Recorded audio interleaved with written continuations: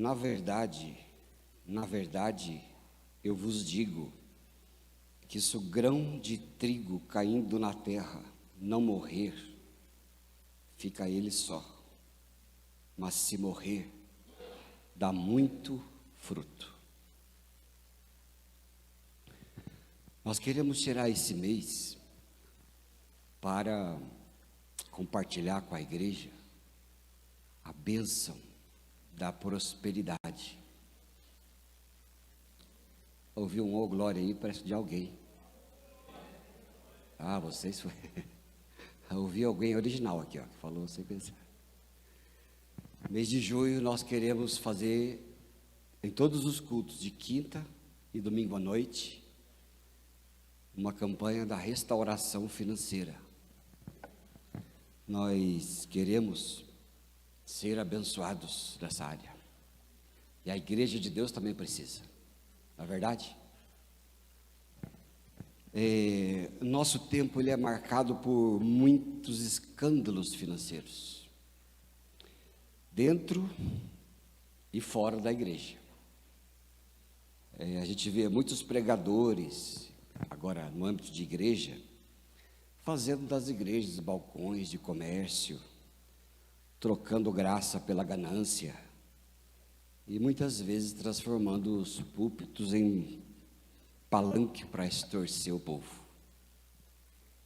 Mas, por causa disso, o ensino verdadeiro sobre a contribuição e a prosperidade, ele tem sido negligenciado no meio das nossas igrejas, porque a gente tem vergonha de falar sobre dinheiro.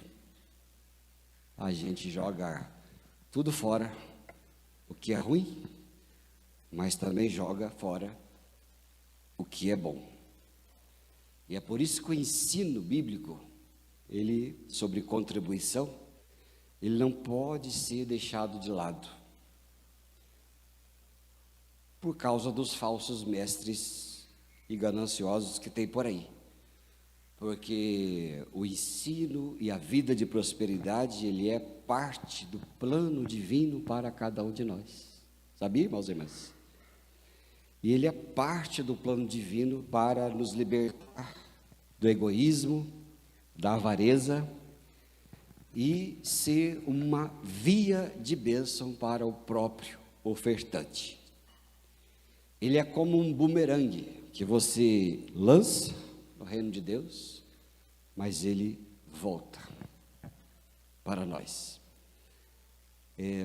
Um pastor que é amigo meu, pastor de Londrina, pastor Glênio, ele é escritor de muitos livros, eu acompanho ele há muitos anos, e um dia eu disse para ele: pastor, eu sei que o senhor escreve sobre muitas coisas, eu esqueci de trazer o livro aqui, eu devia ter trazido. O senhor escreve sobre bastante coisa, e eu vejo que o senhor já ensinou sobre isso um monte de vezes, e ao longo da minha carreira de pastor, eu fui selecionando todos eles, porque eu ensinei na minha igreja. Isso eu falei para ele no encontro. Aí ele olhou para mim e falou assim, ele me chama de Fabinho também, porque quando eu conheci ele, fazia 30 anos atrás, eu era Fabinho, agora eu sou Fabão, né? Mas o povo continua me chamando de Fabinho ainda. Aí ele olhou para mim e disse: Fabinho, manda para mim esses textos todos. Aí eu fiz uma coletânea lá, mandei tudo para ele, e ele lançou então um livro, A Lei da Semeadura. Aí eu tive o gosto de ter sido citado no prefácio dele, né? Obrigado, pastor Fábio Alcântara, por me ajudar nesse projeto. E é por isso que hoje vou compartilhar com você uma mensagem chamada O Bumerangue da Contribuição. Não sei se vou terminar hoje, mas a hora que der o tempo eu vou acabar e continuamos no domingo que vem, se for o caso. Mas eu quero convidar você, que eu vou fazer, a fazer essa campanha de restauração para a sua vida e sua família. Às quintas e aos domingos.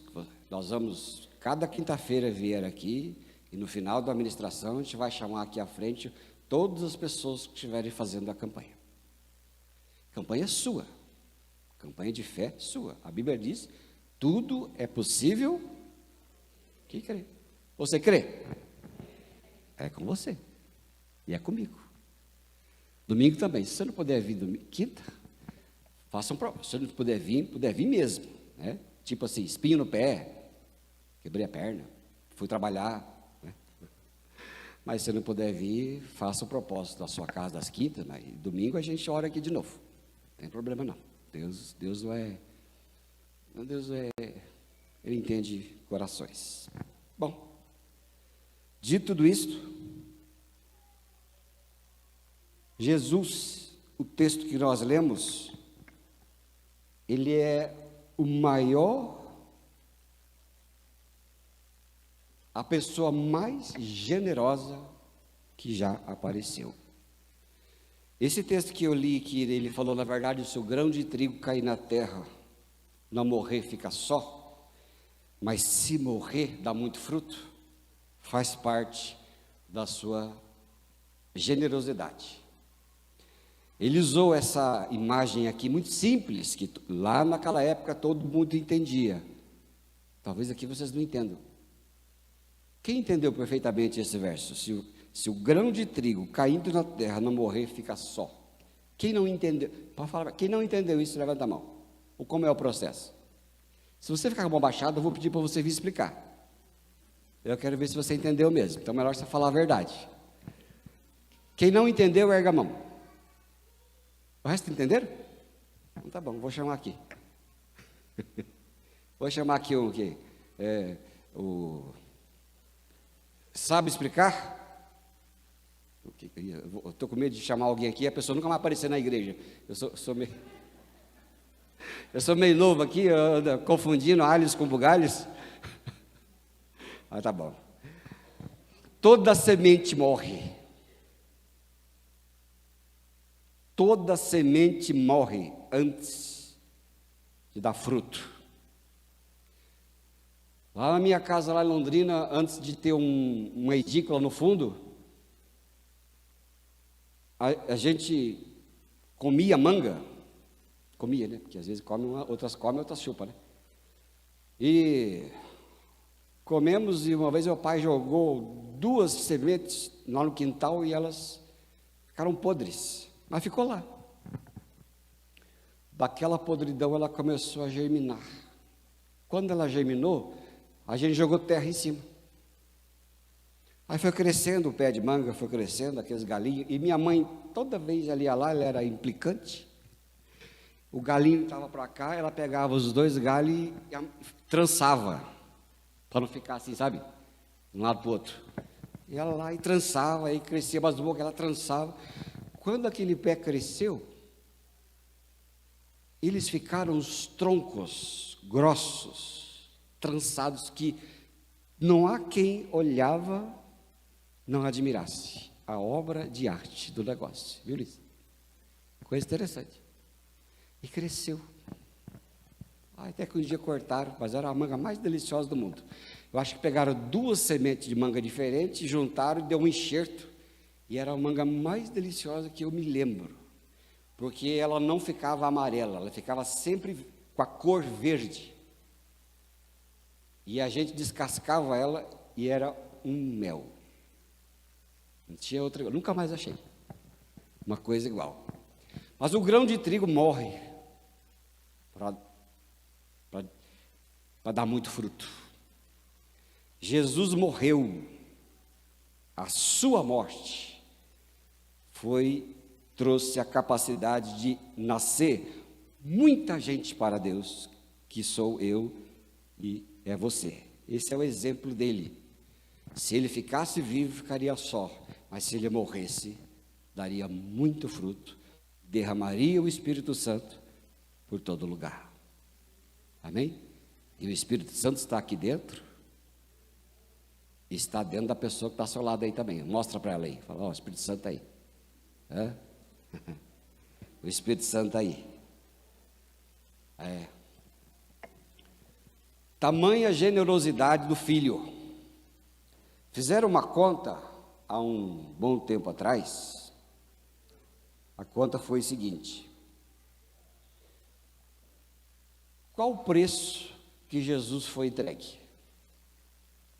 Pode falar, você não sabe tudo? Qual o preço? Quem lembra? Olha lá, ele falou assim, 30 moedas de prata. Então, aqui está escrito aqui, ó, em Mateus 25, 16. Judas falou, que me quereis dar se eu entregar Jesus a vocês? E eles lhe pesaram 30 moedas de prata. Era bastante, não era pouca coisa. 30 moedas de prata era o suficiente para deixar alguém muito bem por mais de um ano. Muito bem. Olha depois lá no capítulo 27, verso 3, depois que Judas teve remorso. Então Judas, o que o traíra, vendo que fora condenado, trouxe, arrependido, as 30 moedas de prata aos fariseus. Ele se arrependeu, foi devolver. Porque viu o mestre entregue e foi devolver as moedas. Alguém fez uma conta das 30 moedas de prata aplicadas a juro composto. Quem está mais familiarizado vai saber. Aplicado a juro composto, as 30 moedas de prata, desde a época de Jesus, com uma conta já trazida para a atualidade em euro. Porque esse contador, ele quis fazer essa experiência, ele era um contador inglês, em euros. E ele chegou à conclusão de que hoje, desde aquela época de Jesus até hoje, em juros compostos aplicados, daria 1 decilhão de euros. Quanto que é 1 decilhão de euros? Vocês sabem? Não, não. Sabe? Então conta assim, ó, é 1 milhão, 1 bilhão, 1 trilhão, 1 quatrilhão, 1 quintilhão, 1 sextilhão, 1 7 trilhões, 1 oitavo tilhões, 1 nonotilhão e 1 decilhão. Quanto que é isso?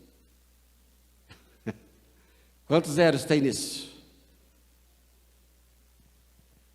Esse foi, comparativamente, o preço de Jesus na cruz por mim e por você. Uma alminha aí, nossa, né? Não sei vocês, mas aqui, uma alminha sem vergonha, de 5ª categoria. Ele foi capaz de fazer isso por nós. E fez por você. Amém? Você que está aí sentadinho, bonitinho aí, você custou muito caro para Deus. Não existe nada que se possa comprar com isso, não existe esse dinheiro. O homem mais rico do mundo era o dono da Apple, que tem 3 bilhões de alguma coisa. Acho que é de dólar. 3 bilhões. 3 bilhões dá para contar. É o mais rico do mundo. Se tiver um para lá, um para cá, mas é por essa média. Mas ele fez por nós e deu por nós. Em si, Jesus é a pessoa mais generosa que apareceu.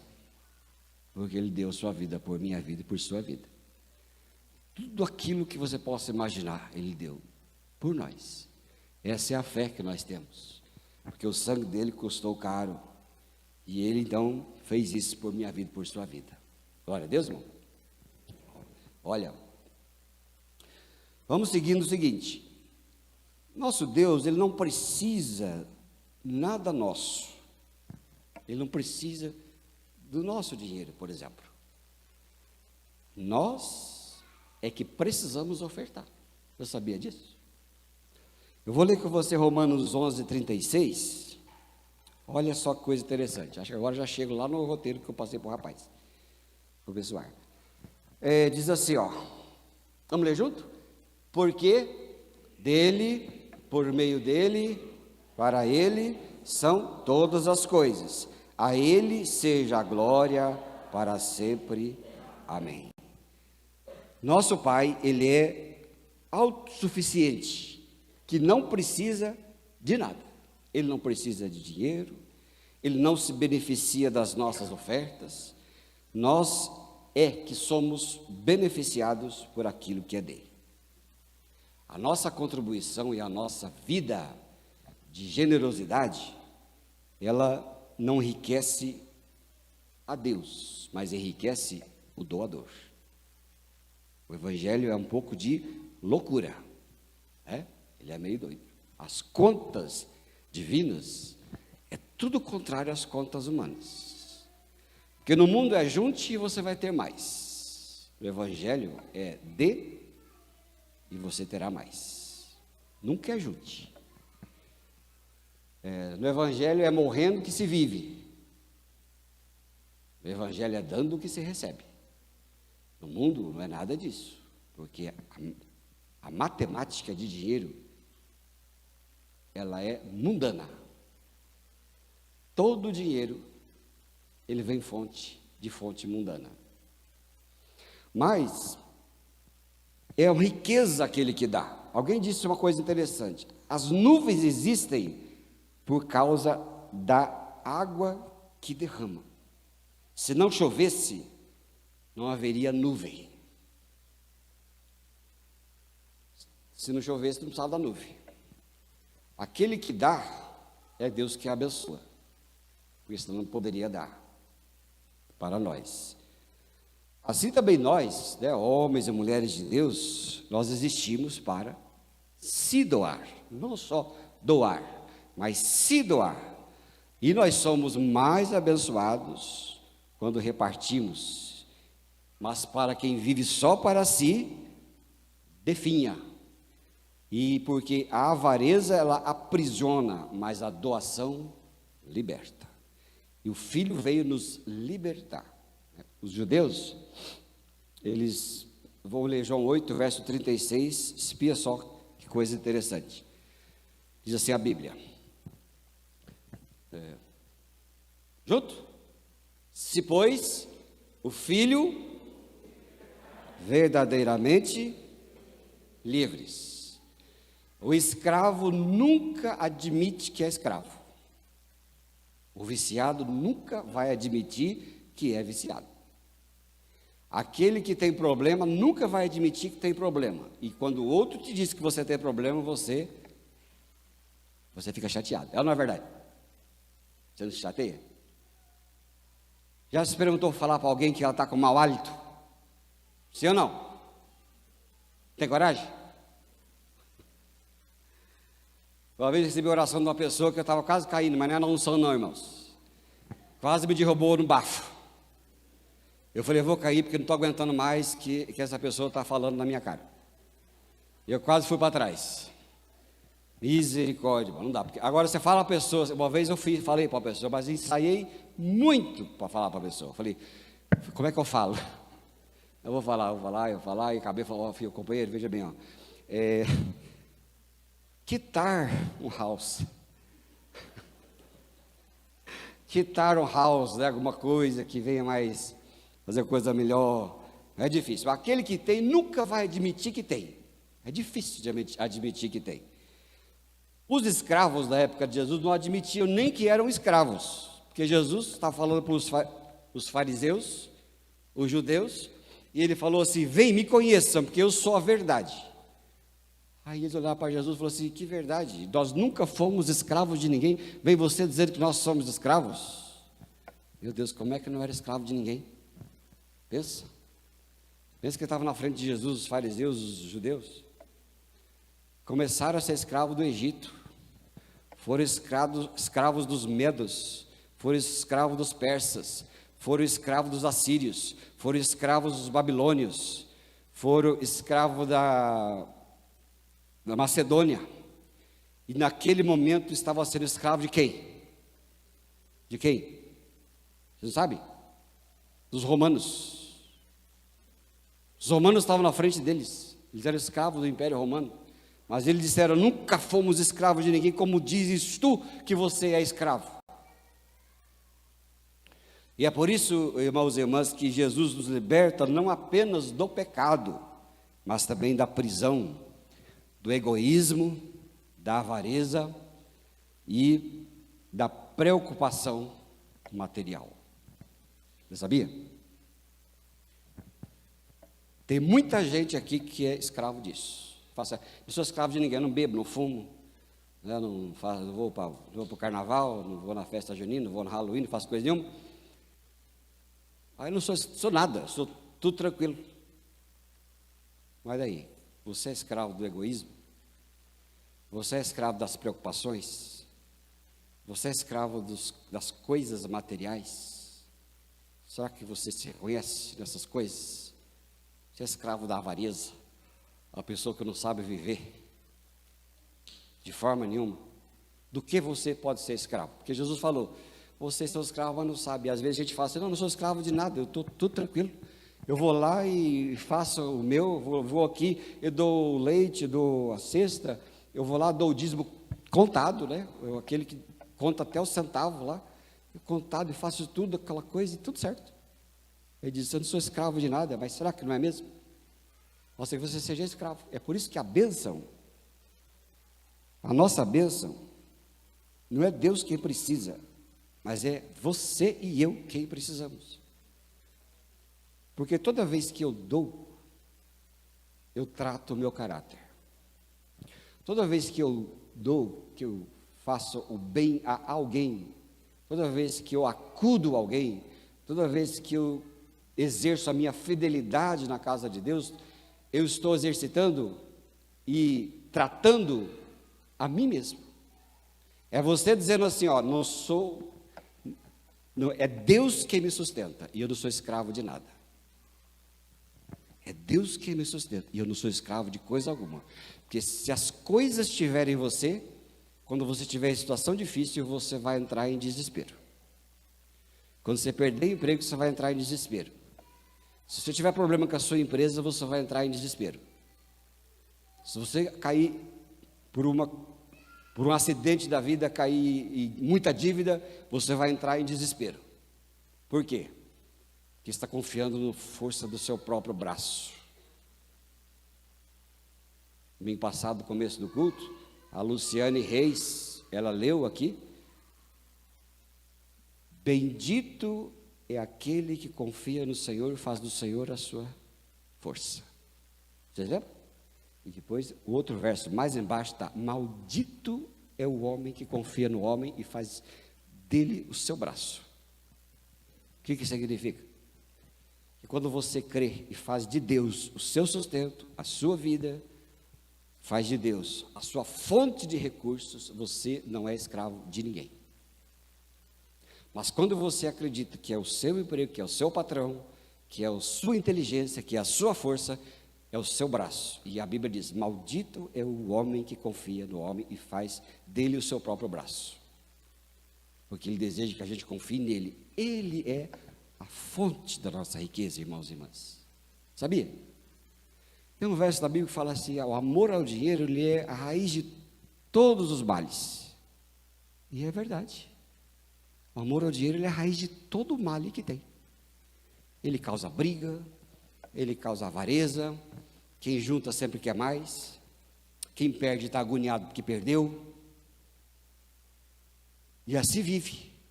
Ele é a raiz dos males. Por que a pessoa fica ansiosa, doente, depressiva? Porque ela está preocupada com a sua vida. Que ela está preocupada consigo mesmo, consigo mesma.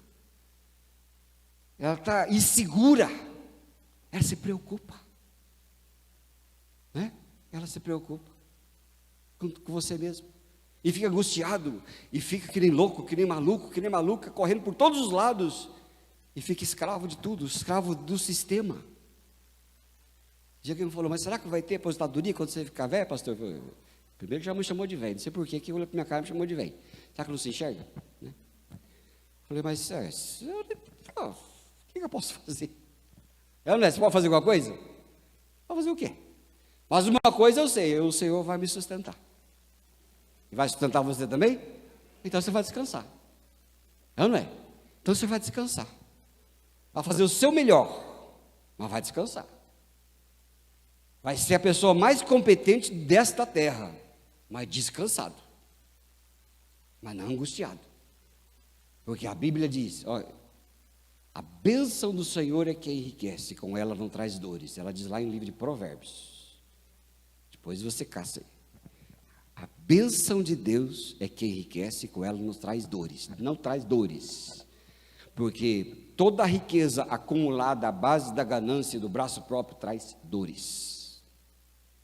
Uma vez eu nunca me esqueci, eu estava na fila de um banco, eu era office boy, comecei a ser office boy com 12 anos.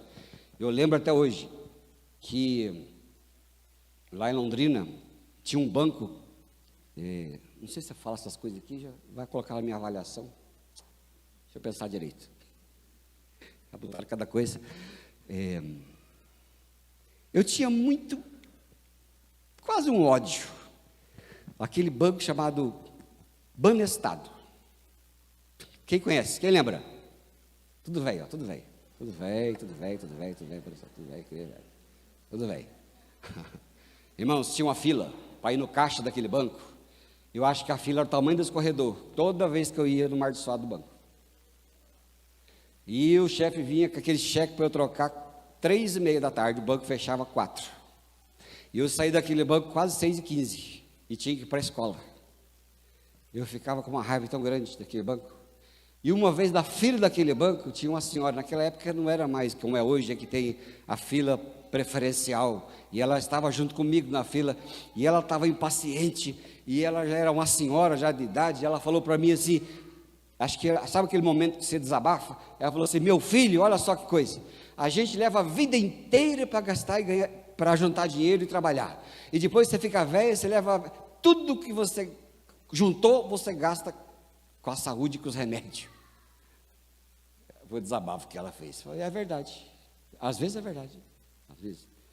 Mas é o que diz a Bíblia. A bênção de Deus é que enriquece, com ela não traz dores. É que nós podemos fazer de Deus a nossa fonte. É um desafio. E aí você e eu vamos viver melhor. Vamos viver melhor, menos angustiados e preocupados, não é verdade? Mais leves. Desfrutando mais das coisas que nós temos, com contentamento que aquilo que nós temos, não aquilo que nós não temos. E quando você dá, é Deus te tratando. Ele fala, eu não preciso de nada teu, mas eu preciso que você exerça para você ser tratado. Então, queridos, essa é a primeira coisa que a gente deve entender, que Deus não precisa nada de nós, é nós que precisamos fazer para sermos tratados. Porque quando você faz, quando você dá, eu sempre que venho aqui, devolvo o dízimo, eu falo, toda vez, obrigado Pai, é o Senhor que me sustenta. Eu dou, obrigado, é o Senhor que me sustenta. É o Senhor que sustenta a minha família. Isso é atitude de fé. Agora o avarento, aquele que não crê, ele vem resmungando, né? De alguma maneira, ele tem um sentimento religioso tão forte que ele vem na base do resmungo. Ele vai contar o seu dízimo, ele coloca lá, ele ganhou 10.132, ele coloca lá 1.032,60 no dízimo. Aí alguém um dia falou assim, você quer saber, pastor, o que eu faço? Eu dizimo do bruto ou do líquido? Aí eu olhei para ele e falei, bom, depende, você quer a bênção do bruto ou quer a bênção do líquido? O que você acha? É de cada um de nós, né? Bom, segunda coisa bem legal, irmãos e irmãs, que nós vemos aqui, é que a contribuição nossa, ela é voluntária, ela não é um peso. Vamos ver 2 Coríntios capítulo 8, versículo 3, olha aí na sua Bíblia, olha ali. Vamos ler junto? Porque posso testemunhar que na medida das suas posses, e mesmo acima delas, eles contribuíram de forma voluntária. Aí, próximo. pedindo-nos com insistência a graça de participarem dessa assistência aos santos. Toda contribuição ela é voluntária, ela é livre, e nunca é um peso. Porque muitos cristãos eles não compreendem que contribuir é um direito e não é uma imposição. Contribuir é um direito que eu tenho. Você percebe a lógica do Evangelho? É um direito que eu tenho de contribuir. Eu quero contribuir. Eu quero dar. Quero fazer. Porque é um direito meu de fazer. Porque é privilégio dos filhos de Deus e filhas de Deus. E não é uma coisa legalista.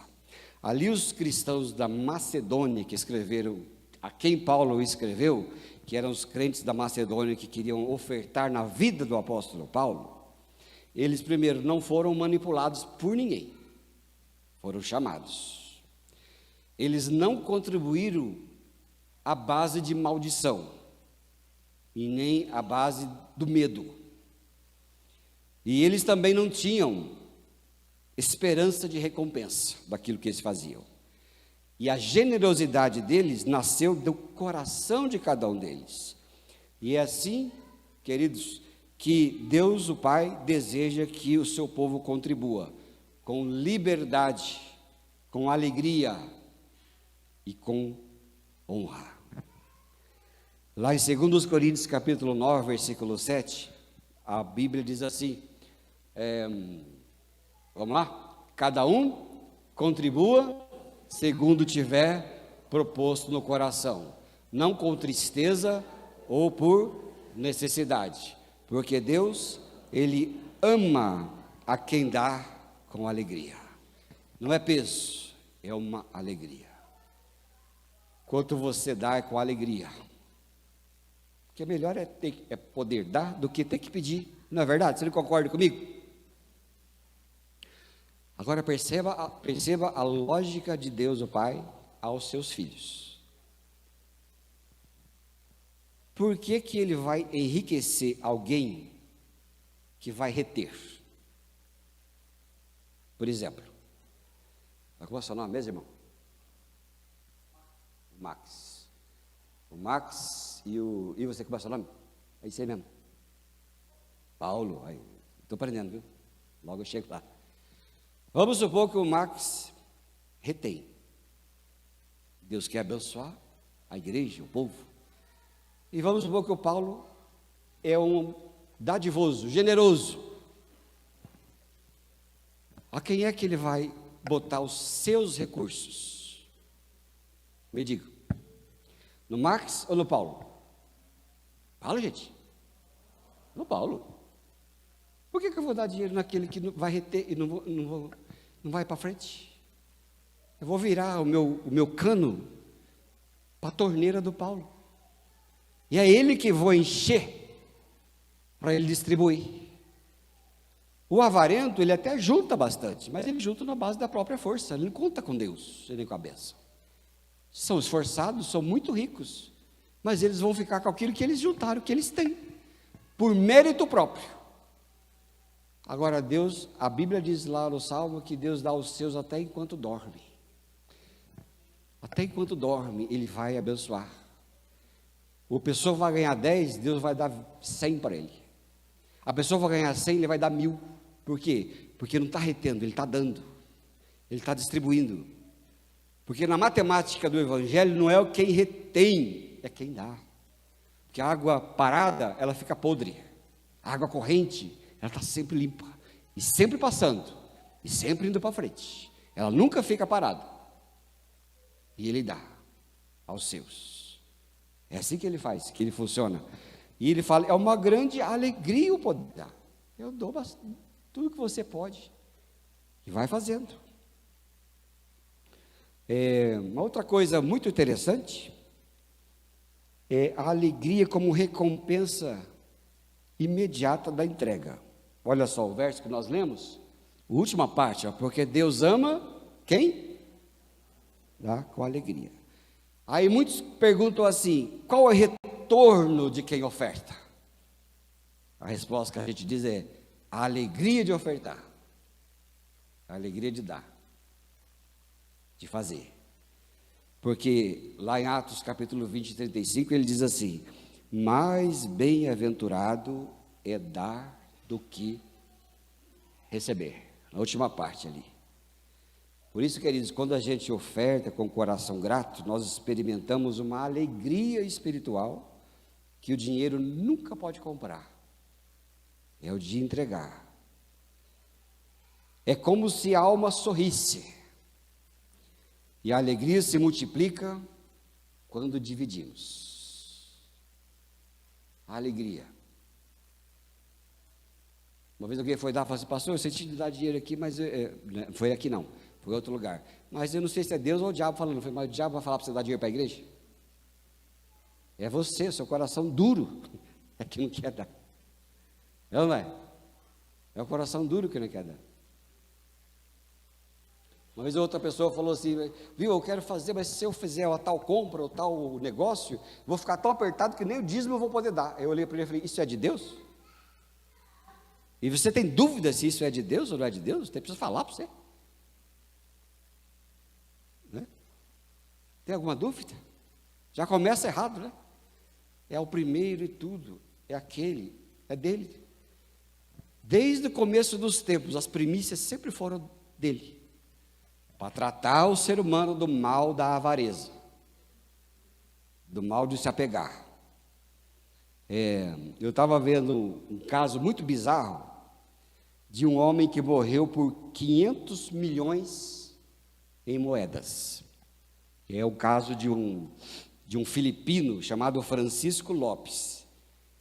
Ele morreu lá em 2011 e devido a um infarto fulminante. E a causa da morte não foi só o ataque cardíaco em si, mas foi o esforço extremo que ele fez para carregar o saco de moedas equivalente a $500 milhão de pesos filipinos. Ele era conhecido, já tinha uma certa fama, pela sua obsessão em guardar moedas. E ele acumulou tanta moeda de diversas fontes que ele trocava em todo lugar que via, que preferia guardar tudo em casa e em moedas. E quando ele foi carregar de um lado para o outro, fez tanta força de um saco de moeda, que o esforço fez com que ele tivesse um ataque cardíaco. Esse caso é um caso muito ilustre, como a avareza pode fazer com a vida das pessoas. Eu tive um caso que uma pessoa eu fui viajar, e a pessoa foi me dar umas libras, para eu trocar lá na Inglaterra. Eu já fui lá em Londres. Quem já foi em Londres aí? Ah, foi? Sentiu inveja aqui agora? Acho que pesou o ar aqui, sei lá. Ah, tá bom. Eu fui lá em Londres. E aí, quando eu cheguei lá, falou: você vai em qualquer lugar que eles trocam para você. Foi lá trocar. Quando eu olhei, a moça falou assim: não, isso aqui não vale mais, esse dinheiro aqui é antigo. Eu falei: meu Deus, a pessoa está guardando debaixo do colchão, dinheiro até ficar velho. Não valia mais o dinheiro. Eu falei: meu Deus, como é que pode uma situação dessa? Eu tentei guardar R$200 esse dia, não gastar para colecionar. Irmão, não consegui. Eu não sei se alguém conseguiu ir? Se me deram e me pagaram 200, eu não quis. Eu não conheço essa nota aí, eu não sei nem se é de verdade. Me dá de 100 aí, de 50. De 5 eu conheço mais. Mas às vezes o avarento, aquele que guarda, mas guarda tanto, que perde. Não vai para frente. Não vai de jeito nenhum. Ninguém gosta de uma pessoa avarenta. Você gosta? Eu tinha uma bisavó muito lá atrás, que ela era bem avarentinha. A bisavó, não é minha avó não, é a bisavó. Quase não lembro o nome. Mas eu lembro que eu ia na casa dela e ela tinha uma cristaleira, aquela cristaleira de vidro, bonita. Guardava as xícaras de quando casou. Você também guarda xícara quando casou e ninguém toma café? Faz 30 anos que você tem aquela xícara? Quem tem isso aí? Pelo amor de Deus, irmão, dá café povo dessa xícara, você vai morrer, vai jogar tudo fora essa xícara. Eu vou guardar a minha xícara do casamento. Guarda lá. Mas tinha cristaleira e ela botava os ovos de Páscoa lá que davam para ela. Como eu não tinha acesso a chocolate, acho que é por isso que eu gosto tanto de chocolate. Porque é um trauma antigo que eu tinha, nunca comi chocolate. O chocolate mais gostoso que eu comia era aquele guarda-chuvinha.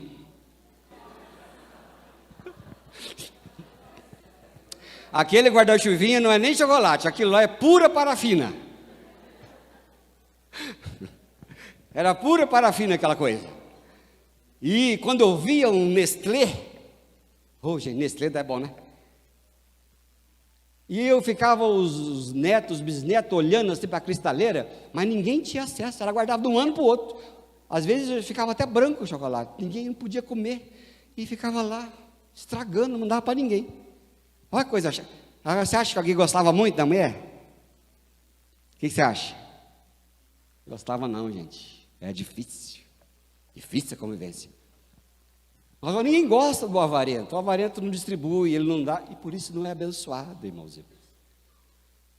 A gente precisa entender, eu também tenho minhas recaídas sempre, eu falo, Jesus, o avarento não prospera, porque só prospera quem dá. Ou é o seguinte, ou você crê em Deus, irmão, ou você não crê, entendeu?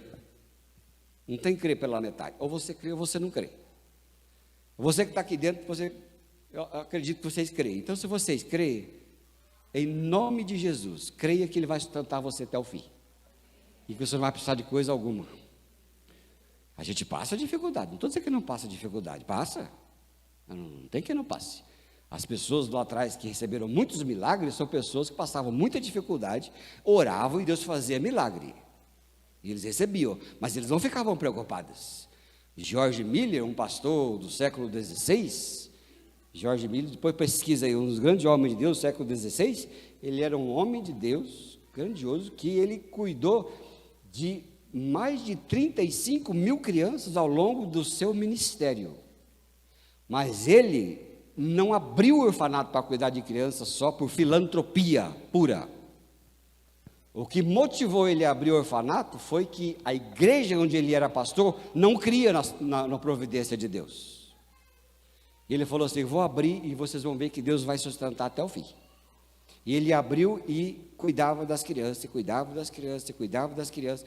E ele falava assim no seu diário, tem um livro que chama Autobiografia de George Miller, ele escrevia lá, hoje pela manhã não tínhamos o almoço, não tínhamos a janta, só tínhamos o almoço, mas Deus vai prover. E ele dava almoço para o povo, e aí os funcionários vinham e diziam, pastor Miller, e agora a janta? Ele falou, Deus vai prover. De repente ele escreveu no diário, às 4 horas, tal restaurante, não foi ninguém comer no restaurante, que era um restaurante rico, pegaram toda a comida e vieram trazer para nós, e eu dei glória a Deus. Ele foi vivendo todos os dias assim, e ele falou, eu quero que o povo veja que Deus é capaz de prover as necessidades de todo mundo.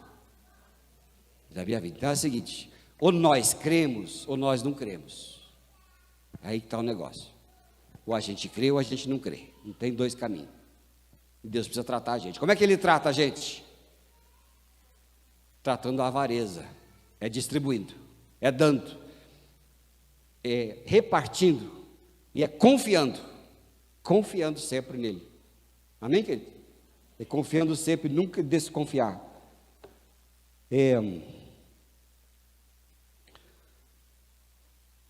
Uma outra coisa última, que eu quero compartilhar com vocês hoje, é que a lei da semeadura, ela é real. Ela é real, sabia? Eu vou ler com vocês 2 Coríntios, capítulo 9, versículo 6. Espia aí. 2 Coríntios 9, 6. Vai lá. Oi, Pedro? Aí. Vamos ler junto? A isto afirmo. Aquele que semeia pouco, também colherá pouco. E o que semeia com fartura, também colherá com fartura. Presta atenção, a colheita, ela sempre será proporcional à semeadura. Isso não é promessa de prosperidade fácil, mas é um princípio espiritual e natural. Planta-se um grão, colhe-se uma espiga de dezenas de grãos. Dá-se uma oferta com fé, colhe-se áreas que vão além do dinheiro. Paz, que é provisão, que é comunhão, que é crescimento para nós. Jesus, quando falou acerca do dar, do semear atitudes, E esse verso não é semear dinheiro, que eu vou ler para vocês, Lucas 6,38, ele não está falando de dinheiro, ele está falando de atitudes, e nesse caso ele está falando da atitude do perdão. Mas a atitude do perdão, ele diz assim, ó, vamos ler junto? Dei e lhe será dado, boa medida, prensada, sacudida, transbordante será dada a vocês, porque com a medida com que tiverem medido, vos serão medidos também. Jesus está falando de atitude, e é em tudo, é vida material, vida emocional. Quando você trata outro bem, você colhe o bem.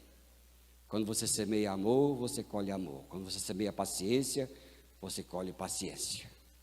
Quando você dá uma resposta branda a uma resposta áspera, a Bíblia diz que a palavra branda, o que faz? Desvia o furor. Quando alguém vier com você gritando, responda baixo. E você não terá munição. E a pessoa não terá munição para você. Semeia amor, voltará em amor. Eu comecei a semear a atitude da minha vida. Porque eu já tenho, já tenho lá os 53, tem gente que tem mais que eu aqui, né? Mas beleza, eu vou chegar a isso em nome de Jesus. E eu quero ser um velhinho bem bonzinho. Eu quero ser. A filha vai chegar e falar assim: pai, toma aqui o remédio. Ah, cadê o remédio? Quer que eu tome? Quer que eu tome de amanhã também, filha? Ô pai, vem tomar banho. Ô pai, já vou tomar banho. Filha, por acaso eu esqueci de tomar banho ontem? Não, já vou tomar banho. Pai, vem para o sol. Não, onde é que está o sol? Ô filha, você não quer ir lá pegar meu pagamento? Mas pega tudo para você. Fica para você, filha.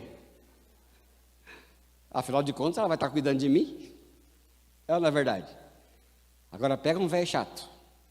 O velho não gosta de tomar remédio, o velho não toma banho. O velho fica fedido. O velho está juntando dinheiro debaixo da coberta. Não dá nada para ninguém. Aí você vai rezar para o cara morrer logo, né?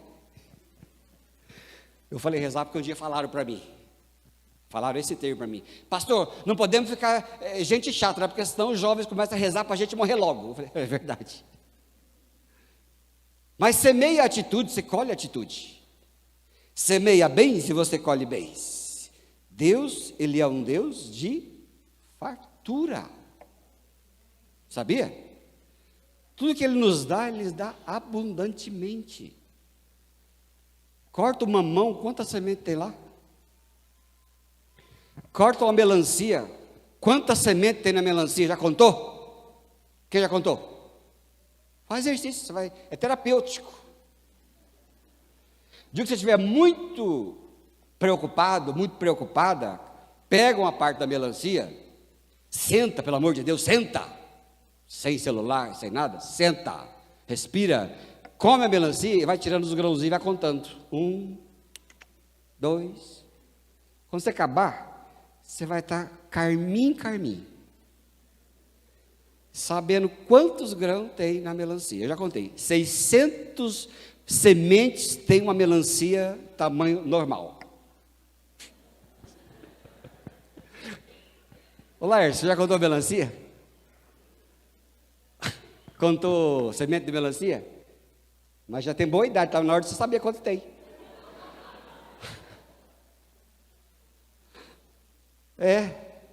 Espiga de milho, sabe quantas espigas de milho tem, quantos grãos tem na espiga? Sabe quanto cabelinho de espiga tem? Não sabe? Vou dar um segredo para vocês. O número de cabelinho é o mesmo número de grão que tem na espiga. Agora você vai contar, o problema é seu. Mas é isso aí. Quantos cabelinhos tem? Fala o mesmo tanto de grão na espiga. Porque é o cabelinho que dá comida para o grão crescer de fora. Eu estava vendo, eu falei para vocês de uma pessoa avarenta, né? Agora tem uma pessoa aqui que ele é generosa. Ele é um homem que chama-se Charles Finney. Não é o Charles Finney pregador não, é outra pessoa, é o Charles Finney, F-E-E-N-E-Y, que é diferente do Charles Finney do pregador. Um empresário irlandês, americano, muito rico, ele é o fundador. Sabe quando você entra no aeroporto tem aquela loja chamada Duty Free? Quem já viu? Restaurante de Garcia, né? É só aviação Garcia aqui, não é possível coisa dessa. Não, gente, quando você entra no aeroporto, é lá Duty Free, que é o lugar que tem um monte de coisa arada. Caro, né? Um chocolatinho desse tamanho aqui é $50, com essas coisas aí. Ele juntou muito dinheiro, mas ele tinha uma meta, ele era um homem crente e tinha uma meta, e a meta dele era, quando morresse, ele não teria nada, ou somente o suficiente para viver, e ele fundou uma associação, e essa associação dele era um nome diferente, era Giving While Living, doar enquanto vive. E ele fundou Atlantic Philanthropies para distribuir o dinheiro para todo lugar onde ele via miséria. E ele distribuiu ao longo da sua vida 8 bilhões de dólares. E no ano de 2020, aos 89 anos, ele alcançou o objetivo e fechou a associação, porque ele havia doado cada centavo da sua fortuna e se tornou um exemplo para pessoas que também têm esse mesmo espírito, como o Bill Gates, o Warren Bill, é o investidor, Warren Buffett. Ele foi inspiração, doou tudo que tinha, foi doando, foi dando. Homem generoso, nunca faltou. Nunca falta. Ele tem o suficiente para quando morrer, está tudo distribuído. Ao contrário daqueles que deixam tudo para não sei quem, para o povo brigar com os quinquilharia que deixa. Irmãos e irmãs, Deus é um Deus generoso. Ele quer te tornar próspero, para a sua prosperidade ser espelho para frente. Você quer ser próspero? No mês que vem a gente continua, que tem mais coisas que eu não consigo acabar hoje não, mas eu estou dentro do que eu me propus. O Senhor vai lhe fazer prosperar, você e a mim e a esta igreja. Amém?